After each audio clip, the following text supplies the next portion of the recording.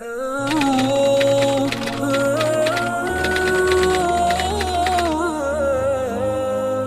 مجھے ایک لڑکے کا فون آیا، اس نے کہا کہ وہ نا کیبل پہ کام کرتا تھا، تو کیبل پہ کام کرتے ہوئے وہ کسی گھر میں گیا، آج سے 6-7 سال پرانی بات ہے۔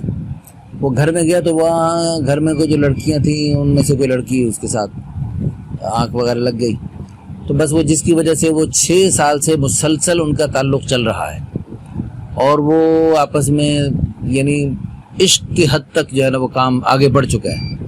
اب وہ لڑکی کی ماں بہنوں کو پتہ، اس لڑکے کے گھر والوں کو پتہ، وہ سب مطمئن، حالانکہ قوم یہ بھی وہ بھی اسی طرح آ رہی ہے، پتہ نہیں کون سی قوم ہے، قوموں میں بھی فرق ہے، اس وجہ سے وہ باپ اور بھائی اڑے ہوئے ہیں، لیکن باقی لڑکے کا خاندان اور وہ خاندان مطمئن ہے۔ اب وہ 6 سال سے ان کا عشق معشوق چل رہا ہے، اور ادھر سے وہ پابندی لگائے ہوئے ہیں، اس لیے اب مصیبت یہ بنی ہوئی ہے۔ اب دیکھو، بچپن سے جوانی تک ہم بچوں کی ایک ایک خواہش کو پورا کرتے ہیں، بیٹا کیا کھانا ہے، کیا پینا ہے، کیا پہننا ہے، جو وہ چاہتا ہے وہی، جو چاہتی ہے وہی ہم اس کو پیش کرتے ہیں، اور ان کی زندگی کی اہم ترین خواہش جب اس کا موقع آتا ہے، اس میں ہم جو ہے نا اس میں اپنی مرضی مسلط کرنے کی کوشش کرتے ہیں۔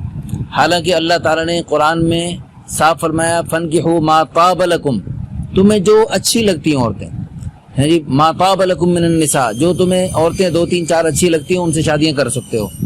تو یعنی اللہ پاک نے بھی اچھا لگنے کا فرمایا، اب وہ اچھے لگ گئیں، تو اب اس میں زبردستی مسلط کرنے کے نقصانات کیا ہیں؟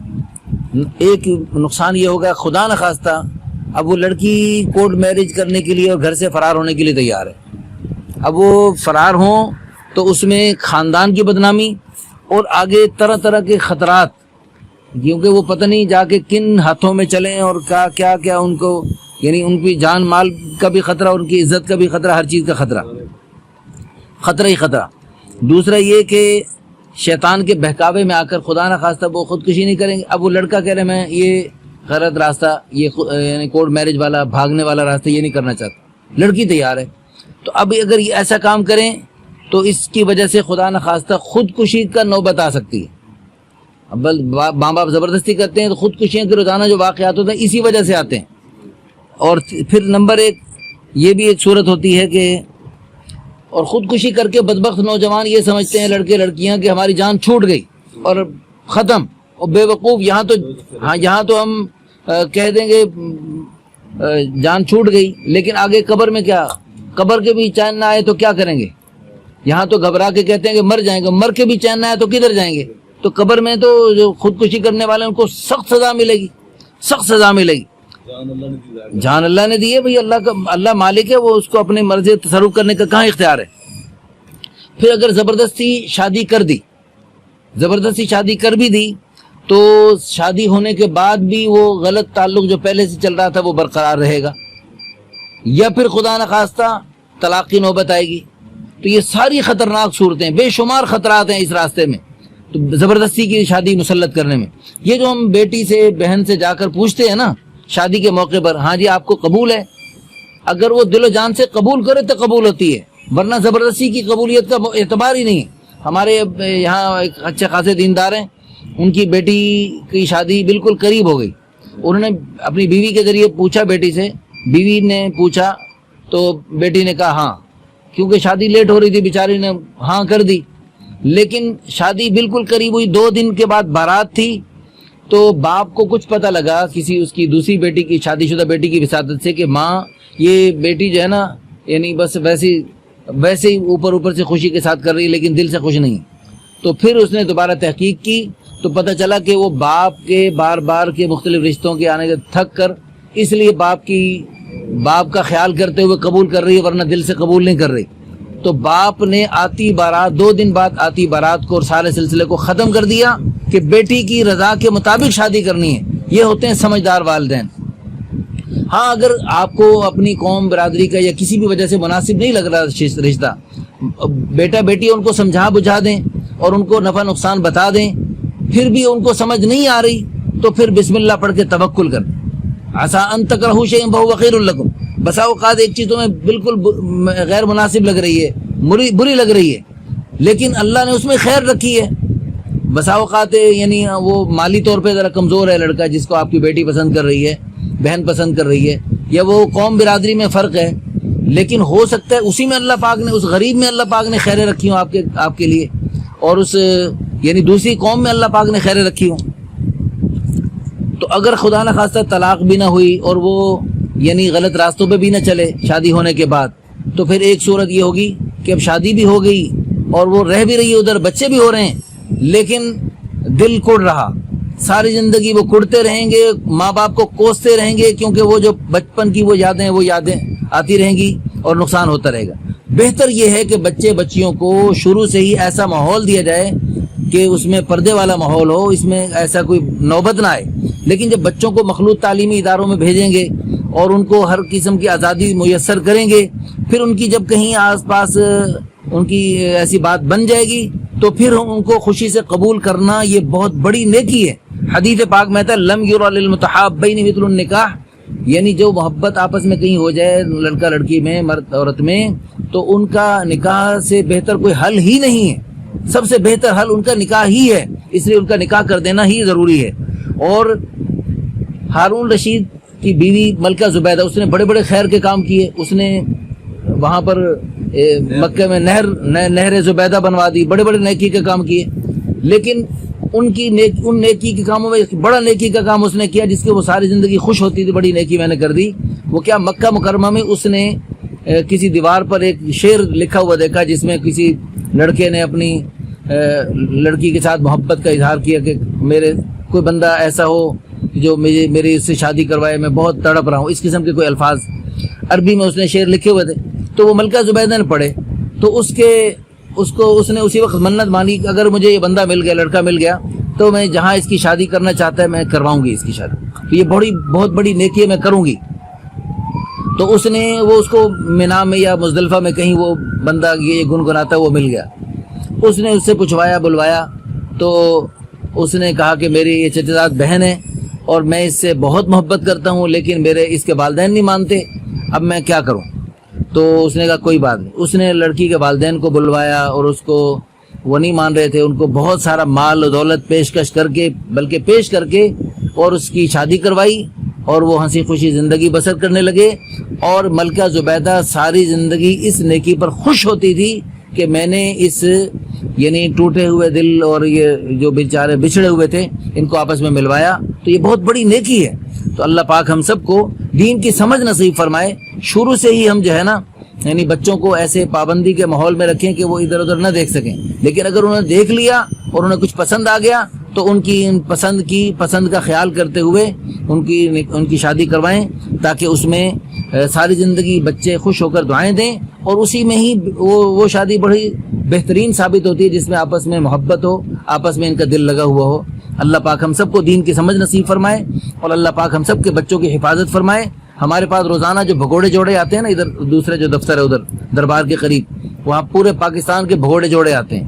اور وہ جب شادیاں وہ جب پہلے تو ہوٹلوں میں رنگ للیاں مناتے رہتے ہیں, پھر ہمارے نکاح آسان تحریک کا بورڈ پڑھ کے ہمارے پاس آتے ہیں, پھر ہم ان کو نکاح کرنے کی ترغیب دیتے ہیں, بلکہ وہ خود نکاح کروانے کے لیے آتے ہیں. ان کو پھر شرعی نکاح تو فوراً پڑھا کر پھر ان کو کورٹ میرج کا راستہ دکھاتے ہیں کہ بھئی لیکن ان کو ساتھ ساتھ سمجھاتے ہیں قرآن حدیث کی روشنی میں ماں باپ کی عظمت, ماں باپ کا ادب اور ماں باپ کا دل دکھانے کے نقصانات بتلاتے ہیں. فوراً ان کو والدین کے ساتھ رابطہ کرنے کی ترغیب دیتے ہیں, بلکہ ان کو کوشش یہی کرتے ہیں کہ وہ اپنے والدین کے ساتھ رابطہ کر کے ان کی رضا کے مطابق یہ شادی کریں. لیکن چونکہ والدین بعض ایسے یعنی وہ ظالم ہوتے ہیں کہ وہ ان کو سمجھ نہیں آ رہی ہوتی, ان کو خودکشیاں کرنا اور بچوں کو قتل کرنا منظور ہے, لیکن یہ ان کی اب غیرت بہت بڑی جاگ رہی ہے, اب یہ غیرت آ رہی ہے. اب یہاں کے غیرت کا تقاضا اور دین کا تقاضا اور سمجھ بوجھ کا تقاضا یہ ہے کہ بچوں کی خوشی میں شامل ہو جائیں اور ان کا ساتھ دیں. تو لیکن وہ ساتھ دینے والے تیار نہیں ہوتے, اس لیے وہ بچے جو ہے نوجوان لڑکے لڑکیاں وہ کہتے ہیں ہم سمندر میں کود سکتے ہیں, پہاڑ سے چھلانگ لگا سکتے ہیں, لیکن والدین کے بعد دوبارہ نہیں جا سکتے فی الحال. تو ان کا پھر ہم نکاح اسی وقت پڑھا دیتے ہیں, پھر ان کو ساتھ سمجھاتے ہیں دیکھو پہلے اب تک آپ کا یوں ملنا جلنا آپس میں مل جل کے رہنا یہ بالکل ناجائز اور حرام تھا. ہلکا پھلکا دیکھنے کی اجازت ہے, لیکن یوں مل جل کے رہنا اور پھرنا یہ سب ناجائز حرام تھا.